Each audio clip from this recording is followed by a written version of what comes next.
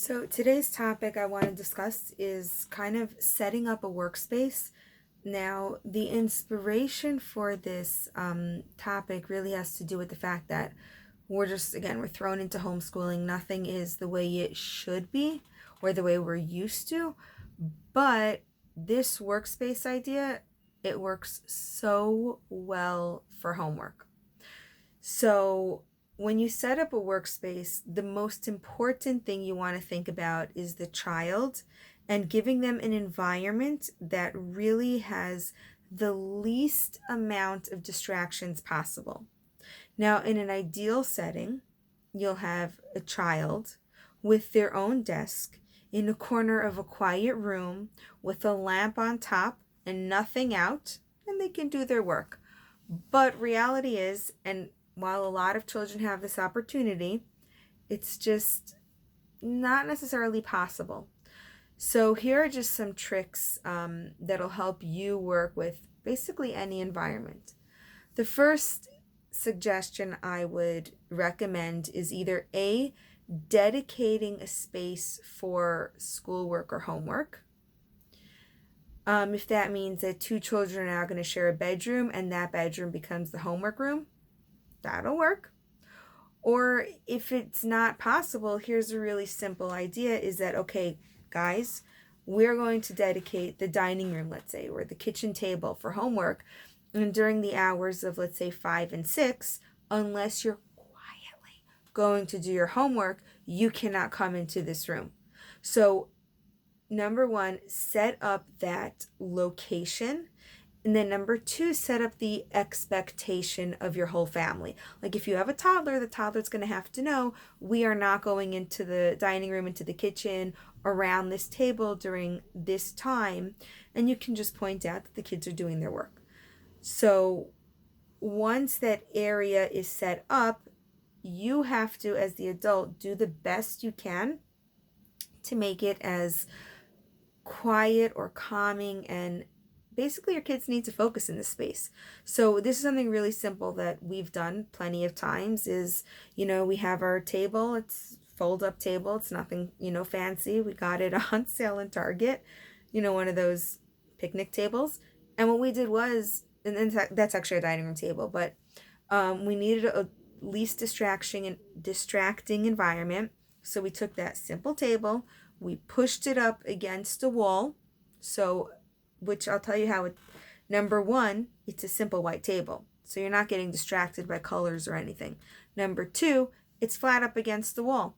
So even if I do as a child, sometimes they stretch their neck or they tend to look away. What are they looking at? It's, a solid color wall. Again, we didn't have the space, we didn't have the resources, but instead of thinking what you don't have, maybe you don't have those fancy desks. Maybe you do. Maybe those fancy desks are too fancy and they're distracting. But really think about the child and take it a step further. Sit down, go to the dining room or go to whatever dedicated space it is. Sit down and take a second to look around. What noises are distracting? What visuals are distracting? And how can I really make this work? And it's a simple changes. Again, take the table. You know what? During the weekend, you have family, you have guests. You're going to put it in the middle of the dining room. Everyone's going to party and have fun. And then Monday, it goes back to the corner where 2 or 3 children could sit and do homework. And then back out for the weekend. But make that space the least distracting space. Set up a time limit also. So you know what? For the younger children, every 10 minutes, you go for 10 minutes, then I'm going to come and check on you. And the older kids, you're going to go work for a half hour and then I'm going to come and check on you. Set up the expectation so they also know that you're there to support them and they're going to do their work. And the last thing is, don't stress your kids out. Oh, we have to do homework. No. In the beginning of the school year, it could be a one-on-one, it could be a family meeting. Discuss it with your children so they feel part of it. Say, okay, this is our dedicated homework space throughout the year. Here's how it's going to work. Are you going to allow snack at the table? Make that clear. Are they going to have snack before homework and then go have snack? Make that clear to your kids so they know what is going to happen. And don't change it unless it needs to be changed. For example, like, oh, your kid is this like science experiment and there's going to be a messy, sticky stuff everywhere. But hey, that's a dedicated homework space. So leave that line of communication where you can say, you know what, listen, we are not blowing up volcanoes. We are not setting up who knows what at this table. But you know what, for tonight, I'm going to help you and we're going to find a new dedicated space just for this activity.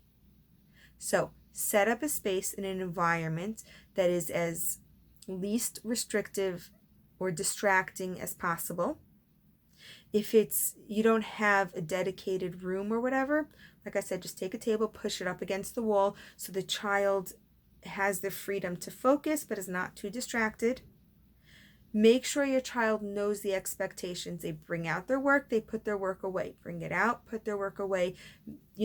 Simple trick, take the knapsack, stick it under a chair, totally fine. So they take out their knapsack, put it on the chair, take out what they need, knapsack goes under the chair, they do their work, knapsack back out, work away.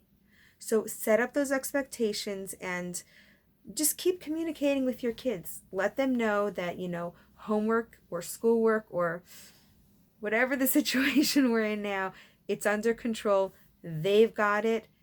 And with your rules and guidelines, working at home should be problem free. Thank you guys so much for stopping by. If you've used this strategy or any parts of it or anything similar, please leave a thumbs up and like the video so I'll know, which type of videos you want to see more of. Thank you guys so much for stopping by, and don't forget to subscribe because we have tons more content planned for you guys. Have a wonderful day.